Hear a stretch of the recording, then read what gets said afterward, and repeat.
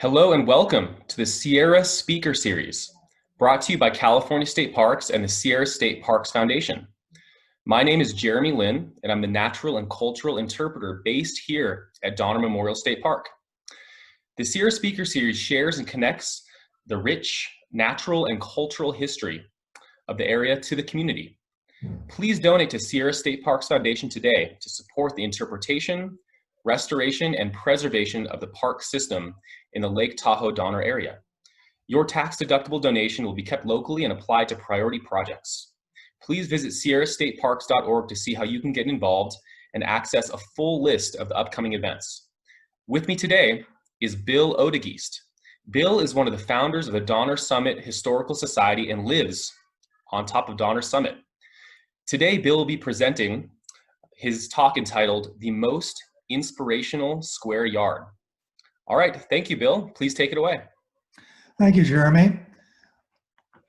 Well, good morning, everybody. It's morning here when we're recording this. We're coming to you from the beautiful Donner Summit and our Donner Summit Historical Society studios in downtown Soda Springs. The most inspirational square yard in the most historically significant square mile in California. Donner Summit, inexpressibly comprehensive, grand, and picturesque. Edwin Bryant, 1846. Edwin Bryant had been part of the larger group that included the Donner Party crossing the country in 1846, but he and his friends decided to go on ahead. So they gave up their wagons, traded them in for mules, and they got to California weeks ahead of everybody else, and of course, a couple of seasons ahead of the doomed Donner Party. The Alps, so celebrated in history and by all travelers and admirers of mountain landscape, cannot, I am satisfied, present scenery more wild, more rugged, more grand, more romantic, and more enchantingly picturesque and beautiful than that which surround this lake, of which the lake itself composes a part. After congratulating ourselves upon the safe achievement of our morning feat and breathing our mules a few minutes, we proceeded on our journey. That's Edwin Bryant again, but he's not telling you the whole story. They were breathing their mules partly there because there had been a little bit of an accident as they were coming up the canyon there. In the picture you can see at the top, one of the mules stumbled and went somersaulting down the canyon, and they thought that his career as a beast of burden was over. But being a mule, he got up, shook his head, and continued on his way. The air has a fresh crispness about it that gives new life to the visitor, whether he has come from the fertile plains or the foggy city. And no wonder, there are 7,000 feet between you and sea level, 7,000 feet nearer heaven, and so much nearer purity. It is a relief to look up to the stars, nowhere brighter than here, with only the dark pines closing in the distance, the air redolent with the perfume of fresh grass and wildflowers, and aromatic with pine needles. It is a physical pleasure to breathe, a delight to exist. It is small wonder that a millionaire should confess to be happier and healthier here than in the handsomest house in California Street. Nob Hill, to the Sierras indeed. California Spirit of the Times magazine, June 1885. Those with erudition and good taste already know that Donner Summit is the most historically significant square mile in California and maybe the entire Western United States. What they don't know is the jewel sitting in the middle of that most historically significant square mile. But first, we need to take a look at that historically significant part. Donner Summit has been a Sierra crossing point ever since the great granite Sierra batholith rose millions of years ago. With the arrival of man, Native Americans annually crossed the Sierra to trade and spend their summers at the summit. They came up for better climate from both the California and Nevada sides, of course, but the summit was also a veritable cornucopia of foods. So they could feel better as they lived on the summit in summers. They could trade with the people from the other side of the mountains. They could also have really wonderful diets. And there is evidence of the Native Americans' passage all over Donner Summit. Now consider this. Granite is one of the hardest rocks on the planet. How long does it take, grinding only soft foodstuffs, to work a depression in the granite several inches deep and several inches across? There are grinding rocks in many places on Donner Summit, particularly around Summit Valley. There are also not just single-placed granite grinding rocks, but also what they call gossip rocks. And here you can imagine Native American women working on their foodstuffs, preparing their meals, talking with each other, and the young girls playing around the periphery. In this way, the culture of the Native Americans was passed on year after year, generation after generation, millennium after millennium. There are also matatis on our summit, which are large grinding slicks. This one is particularly obvious because of the concavity. Others, you have to actually rub your hand across the top of the rock. Granite is very rough, but when you come to the matati, they are smooth as silk. And they were used for grinding flours and also maybe preparing animal skins. You also find cupules. Cupules are like the grinding rocks, except they're only 1.5 inches or so across and maybe 3/4 or an inch deep. We don't know what they were for, but they must have been important in the culture because granite being one of the hardest rocks, these would take a long time to carve into the granite. In the southwest of the United States, sometimes these are used as games or predictive devices. You flip pebbles into the various depressions, and depending on which depression you get into, something about your future can be foretold. And of course, there are the petroglyphs in dozens and dozens of spots on Donner Summit. They're all rectilinear abstracts, meaning that there aren't any depictions of human beings or animals, with the exception of the bear paws at the bottom. And again, we don't know what these mean, but they must have been important to the group because granite being a hard rock, they're tough to incise into the granite. Were they totemic? Did they have family considerations? Were they names of the family? Were they predictions? Were they hopes? Were they hopes that they would catch bear of this size, or a record that they did catch bear of this size? Were they shamanistic, magical of some kind? We don't know the answer. They were carved by the Martis group between 2000 BC and 500 AD. That means 4,000 years old, some of them are.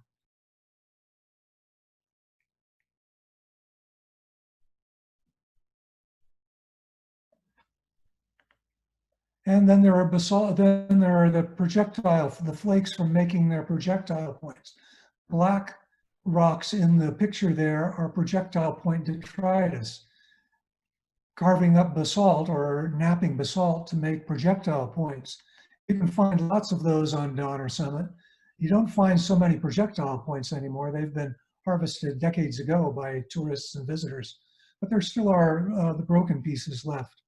We don't know what happened to the Martis. They disappeared about 500 AD, and there was a hiatus between 500 AD and 1000 AD when there were no Native Americans on Donner Summit in the summers.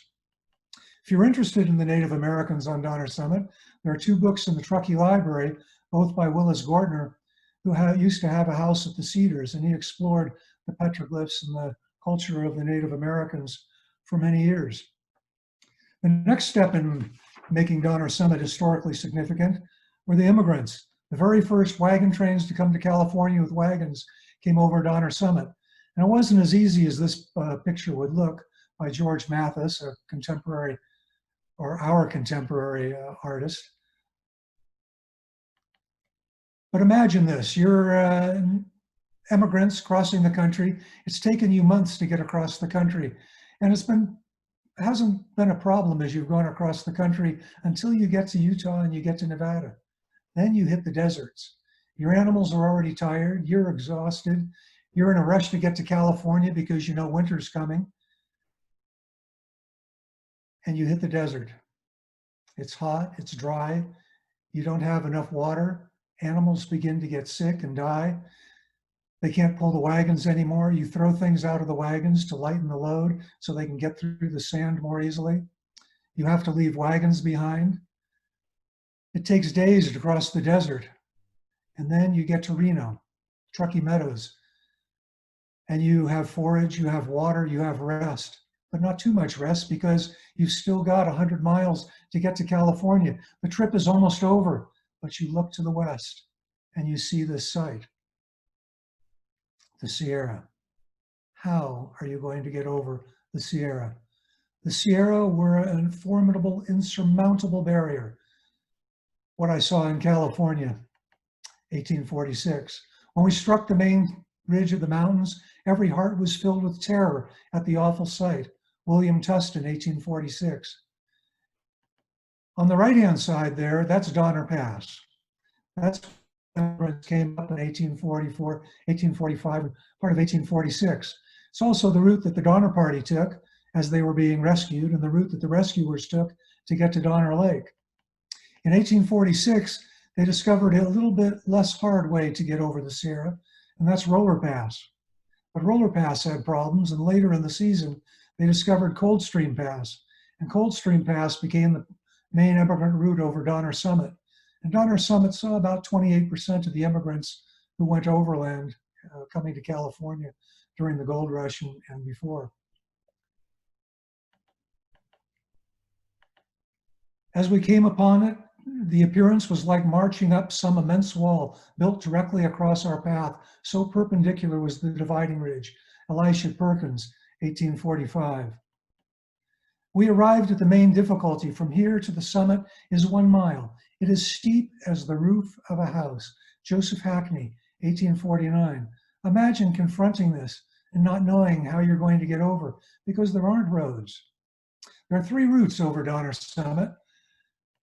One route is the first route, the 1844-45 route, and the route of the Donner Party, which we can call Stevens Pass in honor of the first wagon train to come with wagons to California. In 1846, they discovered Roller Pass, and later in 1846, they discovered Coldstream Pass. And if you have time, a couple of hours can take you on a tour of all of these passes. And you get some spectacular views from the top of Mount Judah, 360 degrees. This is how they got over Donner Summit. At last we came,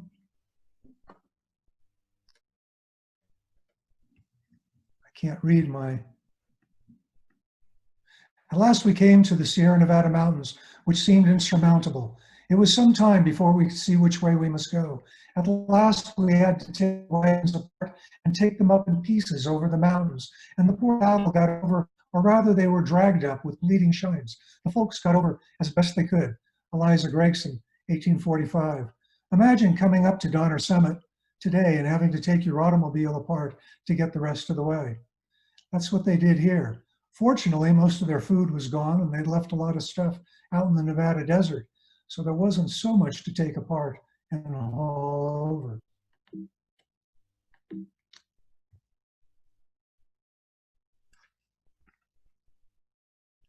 The Transcontinental Railroad.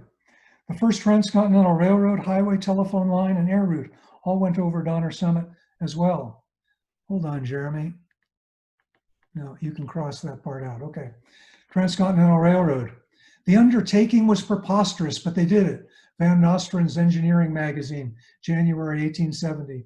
If only the Sierra might be pierced. Atlantic Magazine, December 1867. We take the railroad for granted, but for the people who didn't have a railroad, the coming of the railroad was a remarkable, or hoped for, remarkable achievement. It was going to open California to the world. It was going to open the world to California. Immigrants could come more easily. Even visitors could come. The goods of Asia could come to California and get to the rest of the country. The goods of the rest of the country could get to California, and the produce of California, the products of California could get to the rest of the country. The railroad was a huge deal. And there's a lot of evidence of the railroad on Donner Summit. Tunnel 6 is the most interesting unknown historical spot in California, 1,659 feet long. You can walk through it, take a flashlight and a coat, and you can see the tool marks of Chinese railroad workers 170 years ago. In the middle, there's the central shaft, which is the picture on the right from the outside, 88 feet down, because they built the tunnel from the outside in, from the east and the west ends, but also from the inside out. And did I mention that granite is one of the hardest rocks on the planet?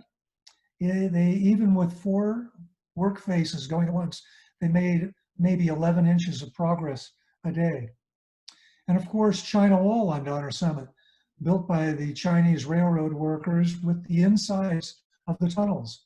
They shaped the rock they pulled out so that the rock all fit together perfectly with no mortar.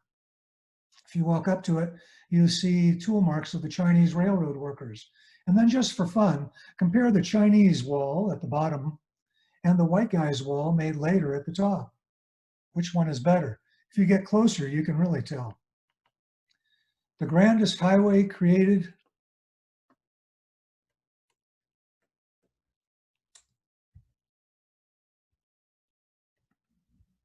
I just cannot see it.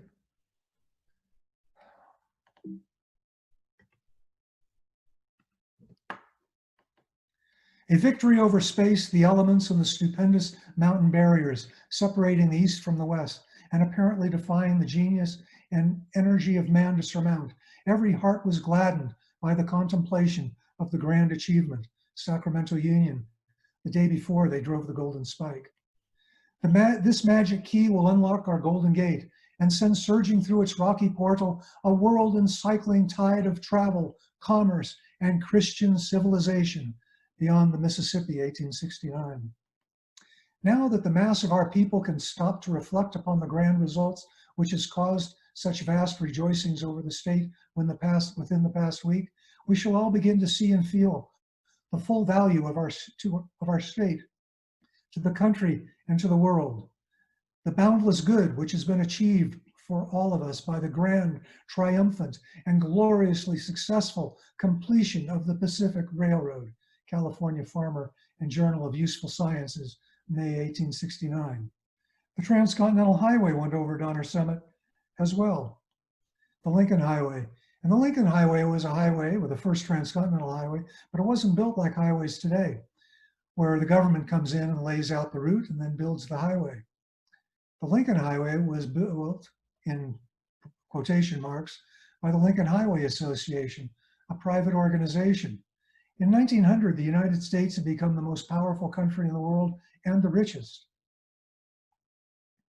A nation that rich deserved a transcontinental highway. And so the Lincoln Highway Association started a membership program where people could contribute $5 toward the goal of putting a highway across the country. And to put that highway across the country, they put together already existing snippets of road so that they had one continuous travelway across the country. They also came up with the first engineering standards for highways in this country. Crossing the Sierra was the hardest 100 miles I had ever driven.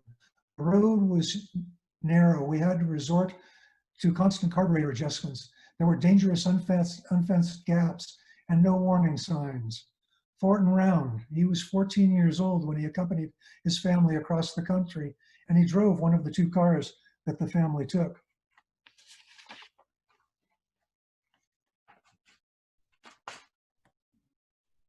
Driving was fun in those days. Pull out the block and tackle, wade around in the mud, get soaked to the skin, and chilled from the effects of the deluge. Make fastenings to the fence or telephone post and pull. Pull hard, dig your heels into the mud, and exert every effort at your command. The machine moves, your feet slip, and down in the mud you go full length. Repeat the dose and continue the operation until the machine is free from the ditch and again upon the road. Charles Shanks wrote that for Scientific American magazine. And that shows for the general public how popular that new technology was, that even a scientific magazine would spend the time on automobiles. Charles Shanks and Alexander Winton were trying to be, in 1901, the first automobile travel across the country. It would be good advertising for the Winton Motor Company. But they got stuck in the stands of Nevada, just like the immigrants did, and they couldn't go any further. They did end up being the first automobile to cross the Sierra, however. And of course, getting across Donner Summit, you had to cross the railroad tracks. And here you have the snow sheds sitting atop the railroad tracks on Donner Summit. So a car would pull up on one side, open up the big barn door, turn off the car engine, that's important, and listen, no trains coming, walk through the snow sheds, cross to the other side, open the barn door there, still no train coming, keeping in mind that on the downhill slide, trains just coasted, they didn't make much noise. Back through the snow sheds, start your automobile, drive into the snow sheds, 100 yards along the snow sheds and out the other side. There were accidents, of course, and in 1914, they built an underpass to prevent them. Here is kind of a classic picture of the Lincoln Highway overlooking Donner Summit. The first transcontinental telephone line went over Donner Summit, And that one's kind of fun. Put together in 1914, it first went into service in 1915 for the Panama Pacific Exposition. Alexander Graham Bell made the first telephone call, calling his assistant Watson in San Francisco. This time he didn't say, "Watson, come here, I need you." Also on the call was President Taft and the president of AT&T. If you go out and explore, you can find the telephone poles, and they are the originals. And you can tell that because if you look at these old pictures, the knots are in exactly the same place. The first Transcontinental Air Route went over Donner Summit too. And that sounds kind of silly because airplanes can go wherever they want.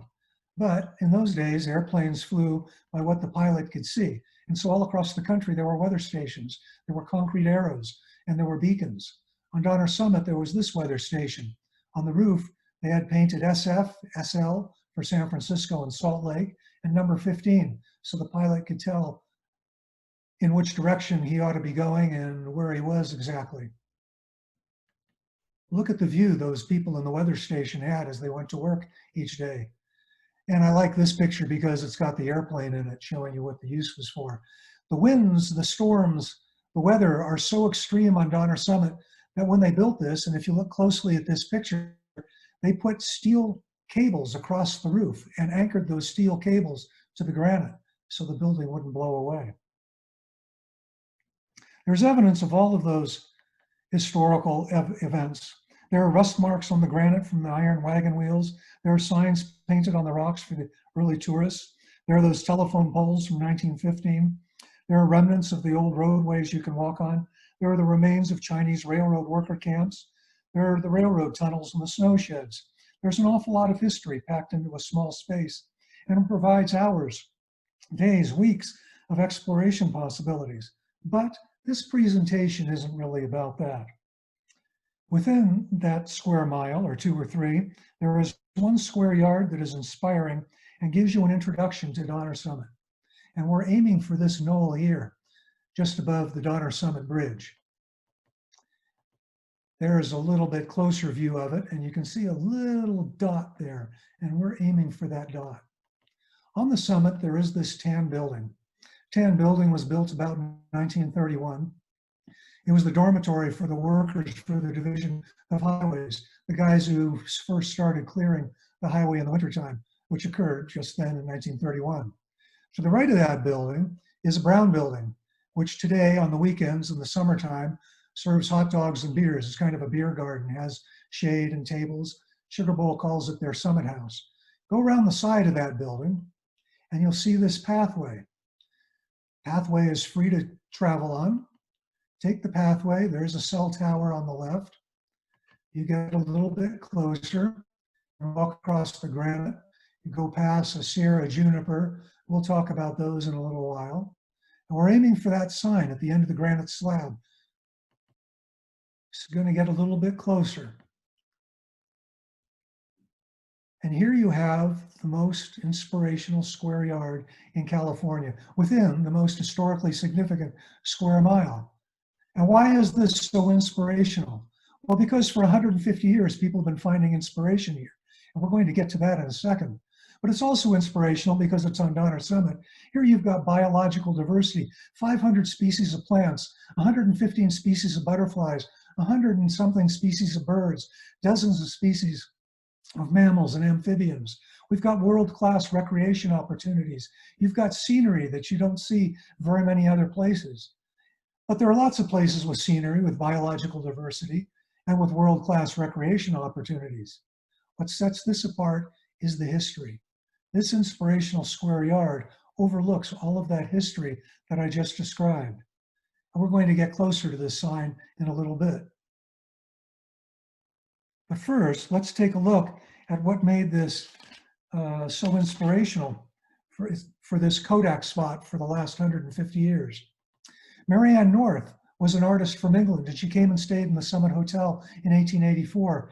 And she was almost poetic as she described her visit on Donner Summit. She did a couple of paintings, one of which hangs in Kew Gardens outside London. And if you look at her pictures, this picture, but you can find the same trees that she painted 100 and something years ago. Andrew Hill painted this picture, which came in its original form and color, but it was destroyed in the 1906 earthquake in San Francisco. So all we have is this black and white rendition. But he titled this the Murphy Party. And this was in honor of the Stevens Murphy Townsend Party, the very first wagon train to come to California with wagons. And this is the view of Donner Lake from Donner Pass with the wagons coming up. Railroad used the same view for publicity. Here's a picture from about 1915. Thomas Hill in 1874. And as you look at some of these pictures of this inspirational point, you'll see that some of these artists were so inspired that they inspired extra parts into their paintings. For example, the mountains in the distance are much larger. The lake on the left doesn't exist. But he did get man in here. You've got this wilderness, this poetic wilderness, romantic wilderness, but you have man intruding on the right. There are the snow sheds of the Transcontinental Railroad. And more of the Transcontinental Railroad snow sheds in the distance. William Keith in 1878, a very romantic view. He's added all kinds of things to the picture. William Keith in 1878, also a little bit different view and different color scheme. Albert Bierstadt, 1873. He's also put in that lake on the left. And he's got the Dutch Flat Donner Lake Wagon Road there, the intrusion of man into this scene. He's got the Transcontinental Railroad snow sheds as well. And another picture with a little bit better view of the Transcontinental Railroad snow sheds. And you can see the little chimneys on top for the smoke to escape from the steam engines. Thomas Moran, this engraving in 1875. You've got the snow sheds off to the right and in the distance there. And 1876, an entirely different view. If it wasn't titled Donner Lake, we might not know. And a classic sort of postcard from about 1915 from that same view. This has got the Lincoln Highway in the center on the bottom with an automobile on it. So you can see what travel was like in those days. Alfred A. Hart, about 1867, railroad photographer.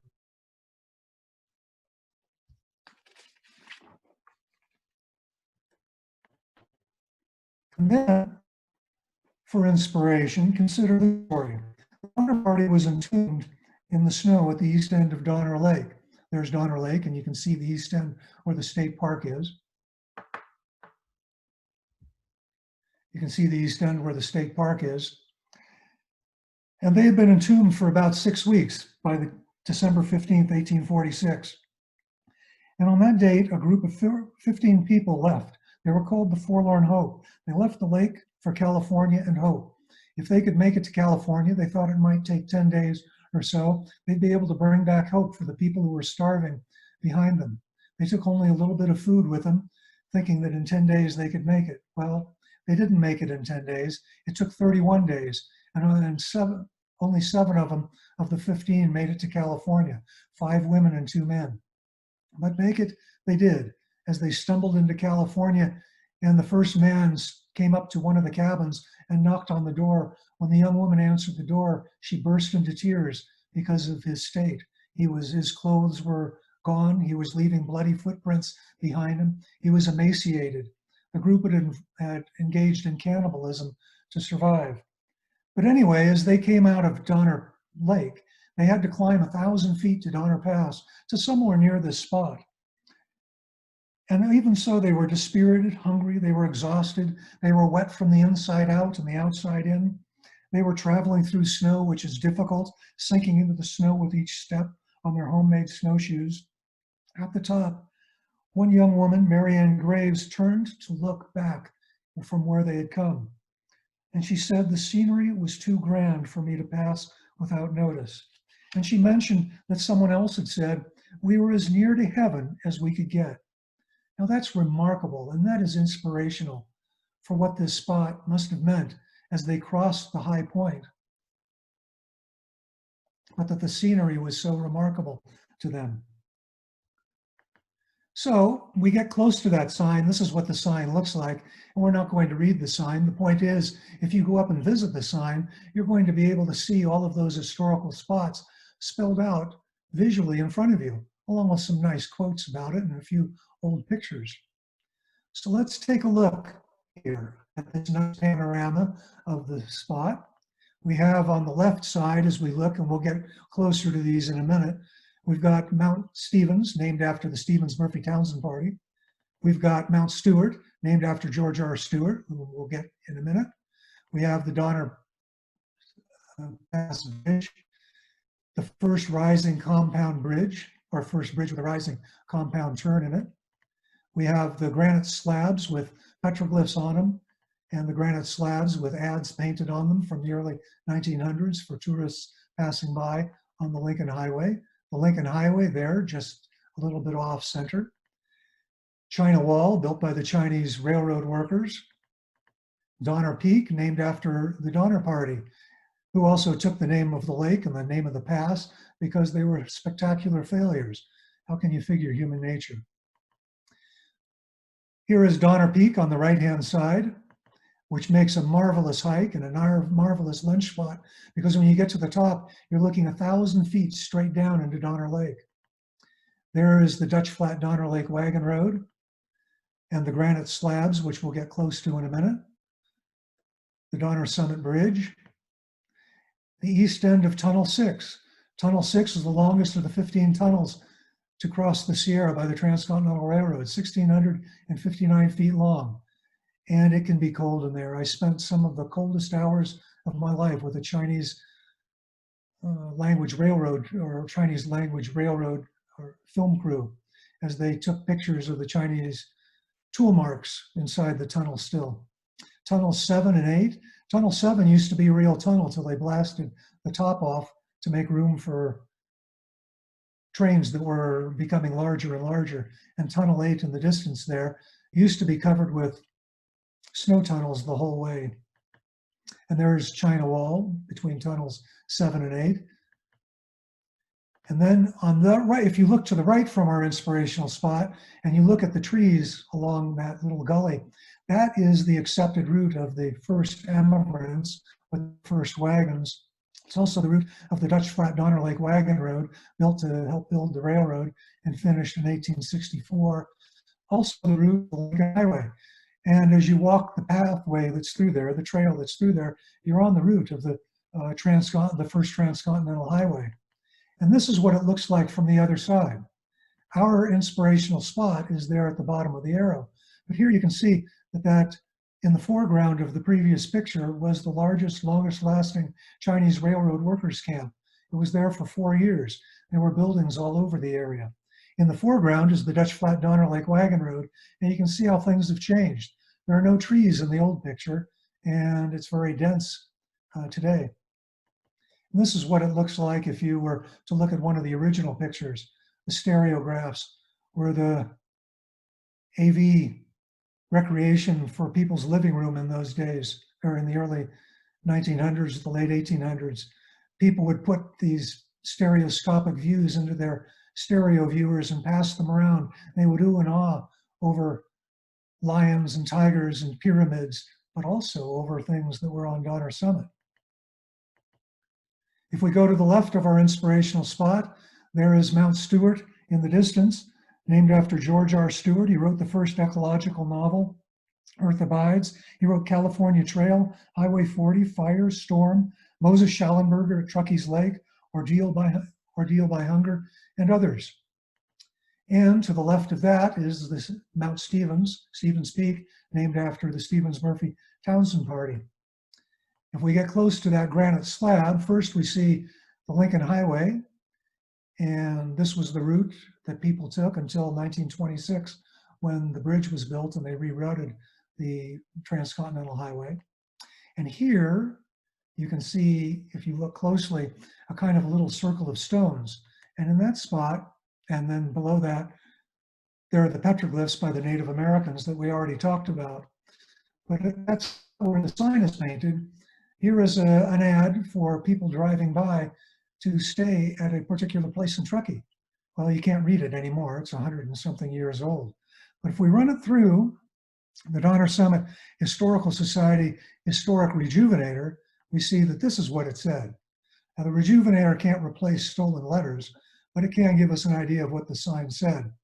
So you were encouraged to go to the steam-heated New Whitney Hotel in Truckee. And that sign is still there on the rocks for you to explore. And further to the left from our inspirational point is the place where the weather station used to sit. You can still climb up there and see the remains of the weather station and where those cables that kept it from blowing away were anchored into the rock. And as we come back down the trail, you've got the Sierra junipers. And the Sierra junipers we can't pass without mention because they are a remarkable tree. They grow in only the most harsh parts of Donner Summit, only the places where nothing else will grow. They've been whipped and sandblasted by the ice. They've been torn apart by the weather, and that's happened for millennia. This tree, which is just opposite our inspirational point, is about 30 feet in circumference and 11 feet in diameter. It's a couple of thousand years old. And there are others like it on Donner Summit too. And one of the pictures that Marianne North painted was of a Sierra juniper. You can still see that picture in Kew Gardens, and you can climb Donner Summit and find her picture. But that's a story for a different time. You also find ice sculptures inside the tunnels in the wintertime. So, you want to learn more about Donner Summit? Of course you do. Maybe just before you want to run out and find our most inspirational point. We have a website at the Donner Summit Historical Society. It's several hundred pages long and has lots of Donner Summit history on it. We have a Facebook page, which has lots of Donner Summit historical photographs. We have exhibits on our website, also that you can visit at the Donner Summit Historical Society at the Blinking Light in beautiful downtown Soda Springs. Here's the first motorized crossing of the country. And on the right, the first bicycle trip, the first crossing of the Sierra by bicycle, the first crossing of the country, and the first around the world trip. And look at the kind of bicycle that Thomas Stevens took on his trip. Today, you've got gears and brakes. He had one brake, he had no gears, and it was direct drive. These plucky trophy chasers win the race. You can see it wasn't always easy to cross Donner Summit. Who were they? A 1901 bike trip over Donner Summit. We've got lots more exhibits. We have our 20-mile museum, which is about 50 signs from Auburn to Truckee. Each one tells the story, tells the history, and tells you things you can do right there. Here are a couple, and a couple more. One for Tunnel 6, which gives you a nice introduction before you go in to the tunnel. And Charlie Chaplin's Gold Rush, which was filmed on Donner Summit in 1925. We also have a large collection of brochures we've made over the years that talk about the different historical aspects of Donner Summit. They are all free. They are on our website. You can download them. You can go to the Donner Summit Historical Society. You can go to the little store on Donner Summit. You can go to the state park. You can go to the Visitor Center in Truckee, and the Visitor Center in Auburn, and the Visitor Center in Tahoe City. And they provide hours of fun. And then we have our monthly heirloom, only Donner Summit history stories. We are on issue 143 by now, I think. It's free, and you can sign up with it on our website. We also have a book, Walking Through Donner Summit History and Extraordinary Crosses, both of which are available on our website at the little store in Soda Springs as well. And that brings us to the end of our visit with the most inspirational square yard on Donner Summit, sitting within the most historically significant square mile, or 2 or 3, on Donner Summit. I encourage you to come for a visit. See you soon. Wow, Bill, simply fascinating. What an amazing talk. Thank you so much for. Sorry, there were a couple of dribbles there. I couldn't read the top of my screen because But all right, so this concludes our episode of the Sierra Speaker Series with Bill Oudegeest, one of the founders of the Donner Summit Historical Society. So again, please visit donnersummithistoricalsociety.org for more information. This interpretive presentation has been brought to you by California State Parks and the Sierra State Parks Foundation. Please donate to the Sierra State Parks Foundation today to support the interpretation, restoration, and preservation of the park system in the Lake Tahoe-Donner area. Your tax-deductible donation will be kept locally and applied to priority projects in this area. Please visit sierrastateparks.org to see how you can get involved and gain access to a full list of upcoming events. And also feel free to contact me, Jeremy Lin, at Donner Memorial State Park Visitor Center. Thank you so much, and see you next time. Both Bill and I will be around on this comment bar chat to answer any questions for a little bit more time. So thank you so much, and I look forward to being in touch. All right, take care.